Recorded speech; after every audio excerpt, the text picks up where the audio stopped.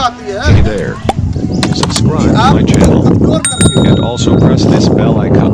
उन्हें मजबूर किया जा रहा है कि आप हमारे ऊपर निर्भर हो जाओ, सरकार पर निर्भर हो जाओ, सरकार जब दे तब आप खाओ और फिर आप कहो सरकार बहुत अच्छी। बात समझने का प्रयास करते हैं। हमें गुलामी की तरफ वो धीरे धीरे आगे बढ़ा रहे हैं। इस समय उत्तर प्रदेश के अंदर एक नई स्कीम आई है, आप लोगों को जानकारी नहीं। जिन स्कूलों में 60 से कम बच्चों की स्ट्रेंथ है उन स्कूलों को, सरकारी स्कूलों को बंद किया जाए। उनको क्या नाम दिया उन्होंने, मर्ज। अब मर्ज कैसे करेंगे? अब जैसे 10 गाँव के स्कूल एक साथ उन्होंने कर दिए एक गाँव। अब मुझे आप ये बताइए कि आपका जो 10वां गाँव मान लीजिए यहाँ से उसका 5 किलोमीटर दूर है। अब 5 किलोमीटर दूर आप 5 साल के बच्चे को ले जाओगे, आप नहीं लेके जाओगे। जब आप अपने बच्चे को स्कूल में छोड़ने नहीं जाओगे तो आपका बच्चा स्कूल नहीं जाएगा, और जब आपका बच्चा स्कूल नहीं जाएगा तो पढ़ेगा नहीं तो डिग्री कहाँ से लाएगा? जब डिग्री नहीं लाएगा तो जैसे हम लोग यहाँ बोल रहे हैं, रविंद्र साक्षी जी बोल रहे थे, तो हम बोलने की बुद्धि कहाँ से लाएंगे? भाई हमारे पुरखे क्यों गुलामी की? शिक्षित नहीं थे तो शिक्षा का अधिकार था ही नहीं हमें। दूसरे न पढ़ सकता था, न लिख सकता था, न व्यापार कर सकता था।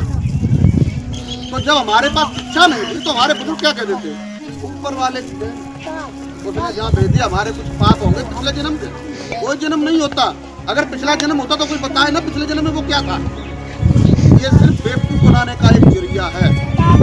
अगर ब्राह्मण द्वारा की जा रही मूर्ति अगर वो कुछ वास्तविकता में दे सकती तो आप विश्वास मानिए कि उसको बनाने वाला मूर्तिकार उस मूर्ति को कभी बेचता ही नहीं, वो अपने घर में रखता, क्योंकि सारा लाभ वो लेता, आपको क्यों दे देता?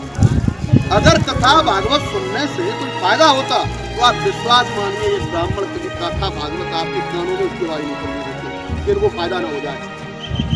ये सिर्फ मूर्ख बनाते हैं। अगर कांवड़ चढ़ाने से किसी लड़के का भला हो जाता तो आप विश्वास मानिए इसका एक बंद कर दिया जाता, कांवड़ चढ़ाने वालों की लिस्ट के आधार पर, और उस लिस्ट में आपका बच्चों का नाम नहीं होता।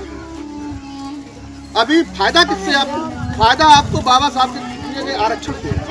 आरक्षण से आपके बच्चों को नौकरी मिलेगी? उस आरक्षण की बेईमानी ये लोग कर रहे हैं। 10% EWS का आरक्षण है जो गरीबी रेखा से नीचे होते हैं, सब जाते हैं। होता क्या, जैसे 500 वैकेंसी निकली तो 10% EWS की 50 वैकेंसी, ठीक है?